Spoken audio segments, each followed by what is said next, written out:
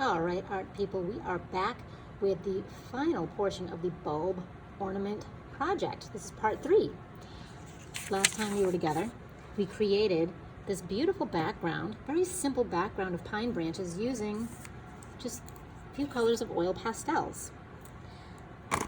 I went ahead and finished up my part 1 of this project. I cut out my circles that we created. If you remember, we drew on them and we made a shiny spot. Mine happens to look like a claw shape. This dried kind of funny, but I like it. It reminds me of a little, I don't know, reflective ornament. It's kind of cool. And this one. I also mentioned that if you accidentally painted over this claw shape, there's a really quick fix for that, which is why I saved this scrap paper. I'm going to just go ahead and draw a claw shape on my scrap paper, and then I'm going to cut it out. And then I'm just going to stick it right onto my circle so it looks like a reflective shiny spot. Definitely use your scrap paper. Why go and get a whole new piece of paper just to cut a tiny little piece out of it, right? Always use scrap. Save a tree. All right, so I've got our little claw. And then you would simply stick it right down on there. I actually kind of like that. It's even brighter and more brilliant. But for the sake of having them all match, I'm going to set it aside. But if you have to do that for every single one and glue it on there with your glue stick, go for it. All right, so we've got our ornaments. We want to place them down on our background, but we want to make sure that they look pretty decent before we glue them. So what I like to do is I like to move them around a little bit. You definitely don't want them perfectly straight like this. Or maybe you do, I don't know, it doesn't look too bad. But it creates some attraction, it creates movement in the paper if you have them not all perfectly lined up. Also, you don't want them to touch the branch exactly. You want them a little bit lower because we're going to be drawing some hooks.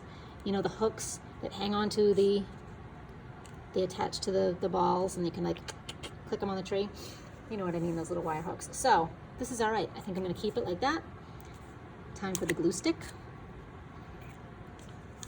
I'm going to glue not on my artwork because I don't want to have whole smears of glue on my art. And I'm going to put it down. Make sure that you have all of your reflective shapes on the same side of the page. So for instance, you don't want one here and then one here because we're just pretending there's one light source. So in this case, this light spot, there's a light source coming from this side. So we want to have the reflective part all on that same left side for me. If you choose the right, that's fine for you, or you can choose the top, you can choose the bottom, completely up to you.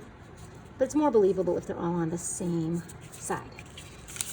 All right, my final one, making sure to glue those edges. If I just glue it in the middle, it's gonna curl up a little bit, so I'm making sure, making sure I get the edges, and I'm being very careful not to fold it as I glue it, like I just did. Haha, okay.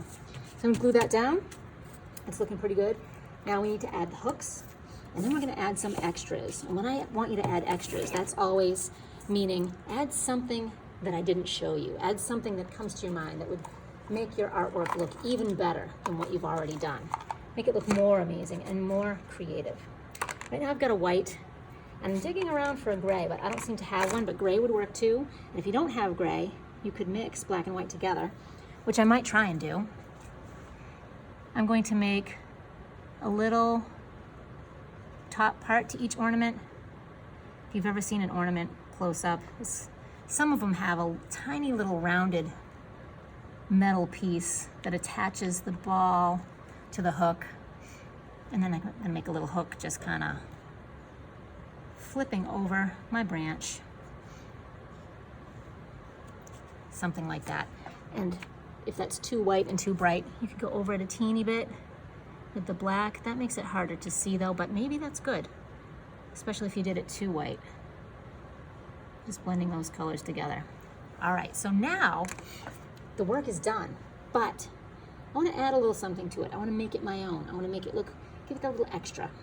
So I'm going to go ahead and maybe make some snowflakes. So I can do a little cross, a little X. This is how I like to do snowflakes. There's thousands of different ways to do snowflakes. That's one of them. If you want to do tiny snowflakes, you can just do a tiny little X and a cross through it. Here's another one. What could you add to yours to make it unique and different? Maybe you want to add snow at the bottom. One quick way to do that would be to peel your crayon, or your oil pastel rather. Take the side of it, and we could maybe add a little snow down here. Maybe this is an outside tree, obviously because it's snowing. Maybe I want to draw a tiny snowman in the background. These are all things that are up to you. Whatever you want to do to add to it, to make it unique and original and awesome. I'm going to leave it right there because I could keep going with this, but I'm going to let you tell me what you want to do to add to this to make it even more amazing. I hope you enjoyed this project. I can't wait to see your final results. Enjoy, have fun, and keep on creating.